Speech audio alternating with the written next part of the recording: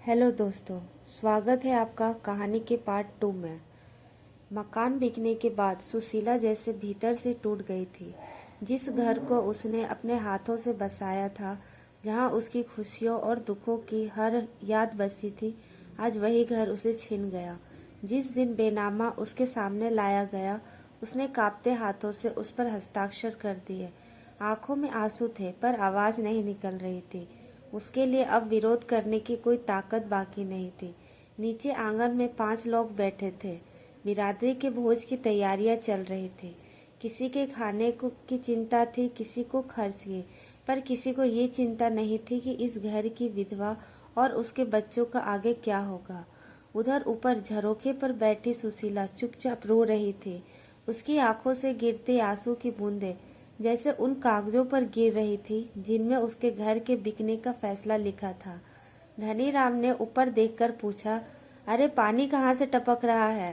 संत लाल ने कड़वाहट से कहा, ये पानी नहीं, बाई के आंसू है। उसने अपने खून से इस कागज पर मुहर लगा दी है। धनीराम ने ऊंची आवाज में कहा, रोती क्यों हो बहू? यह तो खुशी का समय है। तुम्हारे पति के नाम का मान बढ़ रहा है।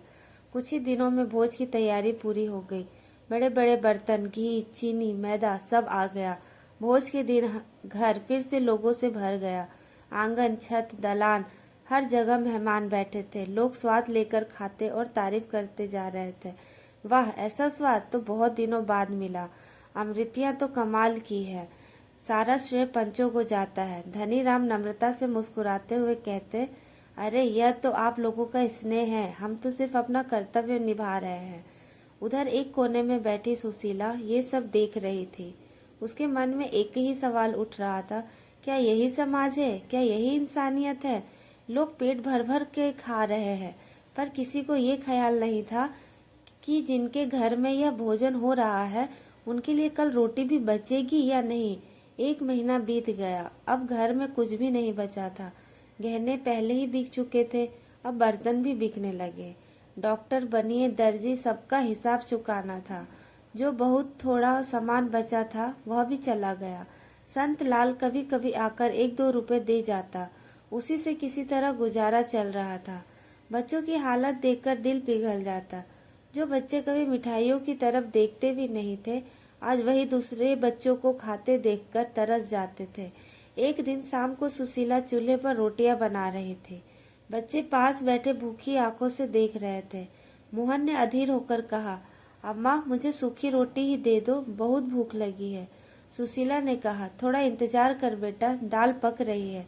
तभी रेवती बोली, मेरे पास एक पैसा है, मैं दही ले आती हूँ। वह दौड़कर गई और थोड़ा सा दही ले आई। मोहन रोटी के साथ खाने लगा। वह इतना भूखा था कि बहन को पूछना भी भूल गया। सुशीला ने उसे डांटा, अकेले ही खा जाएगा, बहन को भी दे। मोहन शर्मिंदा हो गया। रेवती ने मुस्कुरा कर कहा, तुम खाओ भैया, मुझे बाद में मिल जाएगा। तुम दरवाजे पर आवाज आई। 2 आदमी खड़े थे। वे सेठ कुबेर दास के नौकर थे। उन्होंने कहा, मकान खाली करना होगा। यह सुनकर सुशीला के भीतर का दर्द गुस्से में बदल गया। अभी 1 महीना भी नहीं हुआ और मकान खाली करने आ गए। लेकिन फिर उसने खुद को संभाल लिया। वह समझ गई कि अब यह घर उसका नहीं रहा। उसने कहा, ठीक है, मैं अभी खाली कर देती हूँ। उस रात उसने अपना थोड़ा सा सामान एक गाड़ी पर रखा और बच्चों के साथ उस घर को हमेशा के लिए छोड़ दिया, जिस घर में उसने जीवन बिताया था, जहाँ उसके पति की यादें थी। आज वह सब पीछे छूट गया। अब वह एक छोटी सी गली के किराए के मकान में रहने लगी। वहाँ का जीवन और भी कठिन था। 3 महीने तक उसने जैसे तैसे गुजारा किया। किराया देना मुश्किल हो गया। मकान मालिक रोज तगादा करता। एक दिन वह गुस्से में आकर बोला, अगर किराया नहीं दे सकती तो घर खाली कर दे। सुशीला ने विनती की, मेरे पास अभी पैसे नहीं हैं, थोड़ा समय दे दीजिए। लेकिन उसने एक न सुनी। उसने घर का सामान बाहर फेंकना शुरू कर दिया। घड़े टूट गए, कपड़े बिखर गए। सुशीला चुपचाप खड़ी सब देखती रही। तभी पास की एक बूढ़ी औरत जो सब्जी बेचती थी आ गई। उसने मकान मालिक को खूब खरी खोटी सुनाई और फिर सुशीला से बोली, तुम मेरे घर चलो बहू, मैं तुमसे किराया नहीं लूंगी, जो होगा साथ मिलकर खा लेंगे। उसकी बातों में सच्चा अपनापन था। सुशीला की आंखों में फिर आंसू आ गए, लेकिन इस बार राहत के। अब सुशीला और उसके बच्चे उसी बूढ़ी औरत के साथ रहने लगे। धीरे धीरे जीवन फिर से पटरी पर आने लगा, लेकिन यह शांति ज्यादा दिनों तक टिकने वाली नहीं थी। अब सुशीला और उसके दोनों बच्चे उस बूढ़ी खटकिन के छोटे से घर में रहने लगे थे।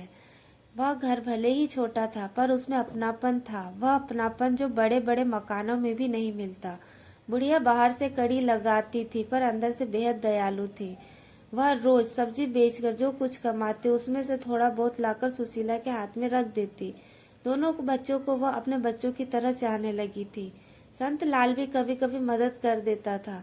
इसी तरह किसी तरह दाल रोटी का गुजारा चल रहा था। समय धीरे धीरे बीत रहा था। इसी बीच कार्तिक का महीना आया, बीमारियों का मौसम। एक दिन मोहन खेलते खेलते अचानक बीमार पड़ गया।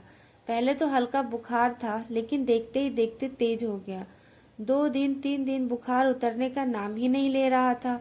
उसका शरीर तपने लगा, चेहरा पीला पड़ गया और वह बेसुध सा पड़ा रहा। बुढ़िया इधर उधर भागती, कभी किसी ओझा के पास, कभी किसी झाड़ फूक वाले के पास, पर कोई फायदा नहीं हुआ। सुशीला की हालत खराब हो गई। वह समझ गई थी कि यह साधारण बुखार नहीं है।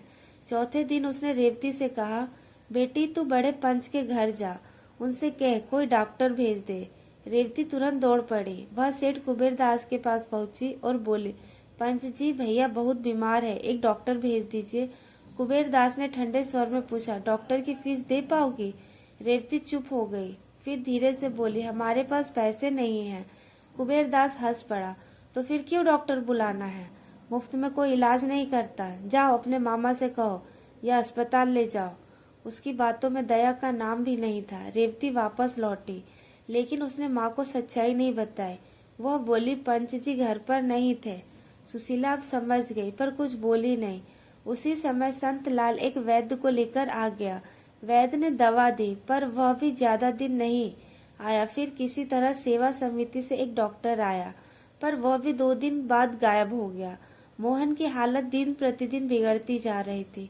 1 महीना बीत गया। मोहन अब बिल्कुल कमजोर हो चुका था। उसका शरीर हड्डियों का ढांचा बन गया था।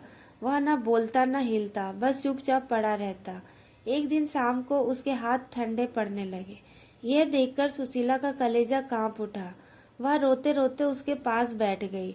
फिर उसने भगवान से प्रार्थना की, हे भगवान, अगर मेरी कोई तपस्या है तो मेरे बच्चे को बचा लो, इसके बदले मेरी जान ले लो। मैं सब कह सकती हूँ, पर इसका दुख नहीं सह सकती। किस्मत का खेल देखिए। उसी रात मोहन का बुखार उतरने लगा और उसी रात सुशीला का तेज बुखार चढ़ गया, जैसे उसकी प्रार्थना सच हो गई हो। अब हालत उलट गई थी। मोहन धीरे धीरे ठीक होने लगा और सुशीला दिन प्रतिदिन कमजोर होती गई। फिर भी वह अपने बेटे को देखकर मुस्कुराती। मैं ठीक हो जाऊंगी बेटा, चिंता मत कर। मोहन मासूमियत से बोला, अम्मा तुम मुझे छोड़कर नहीं जाओगी ना? सुशीला ने उसे सीने से लगाकर कहा, नहीं बेटा, मैं हमेशा तुम्हारे साथ रहूंगी। लेकिन ये वादा सच न हो सका। उसी रात चुपचाप देखो दुखों से टूटी हुई वह माँ इस दुनिया को छोड़कर चली गई। अब दोनों बच्चे सच में अनाथ हो गए थे। मोहन और रेवती दोनों उस बूढ़ी खटकिन के सहारे रह गए। 3 साल बीत गए। बुढ़िया ने दोनों बच्चों को पाल पोस कर बड़ा किया। वह उन्हें अपने बच्चों से भी ज्यादा चाहती थी। मोहन अब स्कूल जाने लगा था। रेवती घर का सारा काम संभालती थी, रसोई, सफाई और कभी कभी दुकान भी। लेकिन समाज अब भी उनका पीछा नहीं छोड़ रहा था। एक दिन सेठ कुबेर दास ने रेवती को बुलाया। वह गुस्से में बोला, तुझे दुकान पर बैठते शर्म नहीं आती? बिरादरी की इज्जत मिट्टी में मिला रही है। फिर उसने कहा, तेरी शादी हमने तय कर दी है सेठ झाबरमल के साथ। यह सुनकर रेवती सन्न रह गई। झाबरमल, एक अधेड़ उम्र का आदमी? रेवती ने धीरे से कहा, मैं अपने मामा से पूछूंगी। कुबेर दास गरज उठा, मामा कौन होता है? हम पंच हैं, हमें पूरा अधिकार है। उसने 20 रुपए उसकी तरफ बढ़ाए। ये ले, खर्च के काम आएंगे। रेवती ने नोट उठाए और वहीं फाड़कर फेंक दिए। उसकी आंखों में आग थी। जब हम भूखे थे तब बिरादरी कहाँ थी? मेरी माँ मर गई, कोई देखने नहीं आया। अब मुझे आपकी इज्जत की चिंता नहीं। वह गुस्से में वहां से चली गई। लेकिन यह विद्रोह ज्यादा देर टिक न सका। रेवती के मन में तूफान मचा हुआ था। एक तरफ उसका छोटा भाई मोहन था, जिसके लिए वह माँ बन चुकी थी। और दूसरी तरफ वह निर्दयी समाज जो उसे अपनी मर्यादा के नाम पर कुचल देना चाहता था। उस रात वह सो न सकी। बार बार मोहन को देखती, उसे सीने से लगाती और चुपचाप रो पड़ती। वह सोचती, मेरे बाद इसका क्या होगा। लेकिन जैसे ही झाबरमल का चेहरा उसकी आंखों के सामने आता, उसका मन घृणा से भर उठता। वह ठान चुकी थी, कुछ भी हो जाए वह यह विवाह नहीं करेगी। सुबह होने से पहले वह उठी। आज भी वह रोज की तरह गंगा स्नान के लिए निकल गई थी। अंधेरा थोड़ा ज्यादा था, लेकिन यह कोई नई बात नहीं थी। घर में किसी को शक नहीं हुआ। समय बीतता गया, सूरज निकल आया। आज 8 बज गए, लेकिन रेवती वापस नहीं लौटी। अब सबको चिंता होने लगी। खोज शुरू हुई। गली घाट रास्ते हर जगह उसे ढूंढा गया। दोपहर होते होते खबर फैल गई, रेवती गंगा में डूब गई। उसकी लाश नदी में मिली। यह खबर सुनकर मोहन पागलों की तरह रोने लगा। वह जमीन पर सिर पटक पटक कर रो रहा था। दीदी दीदी, मुझे छोड़कर क्यों चली गई। बुढ़िया उसे गोद में लेकर समझा रही थी, पर उसका अपना दिल भी फटा जा रहा था। उधर बिरादरी में भी खबर फैल गई। कुबेर दास ने ठंडी सांस लेते हुए कहा, चलो अच्छा हुआ, अब बदनामी से तो बच गए। झाबरमल ने निराश होकर कहा, अब मेरे लिए कोई और लड़की देखनी पड़ेगी। कितनी विचित्र बात थी। जहाँ एक मासूम लड़की की मौत हुई, वहीं कुछ लोगों को अपनी इज्जत और स्वार्थ की चिंता थी। उधर मोहन अब बिल्कुल अकेला पड़ गया था। माँ पहले ही चली गई थी, अब बहन भी उसे छोड़ गई। उसके पास बची थी तो सिर्फ वह बूढ़ी खटकिन, जो खून से तो उसका कुछ नहीं लगती थी, लेकिन दिल से उससे भी बढ़कर थी। बुढ़िया ने उसे सीने से लगाकर कहा, बेटा उसके लिए मत रो, उसकी जिंदगी में तो सिर्फ दुख ही दुख थे। अब वह अपनी माँ के पास चली गई है, वहाँ उसे सुकून मिलेगा। मोहन रोते रोते उसकी गोद में सिमट गया। समय धीरे धीरे बीतता गया। अब उस कहानी में कुछ भी नहीं बचा था। न वह बड़ा घर, न वह धन, न वह समाज की इज्जत। बस बचा था एक छोटा सा अनाथ बच्चा और एक गरीब बूढ़ी औरत का सच्चा दिल।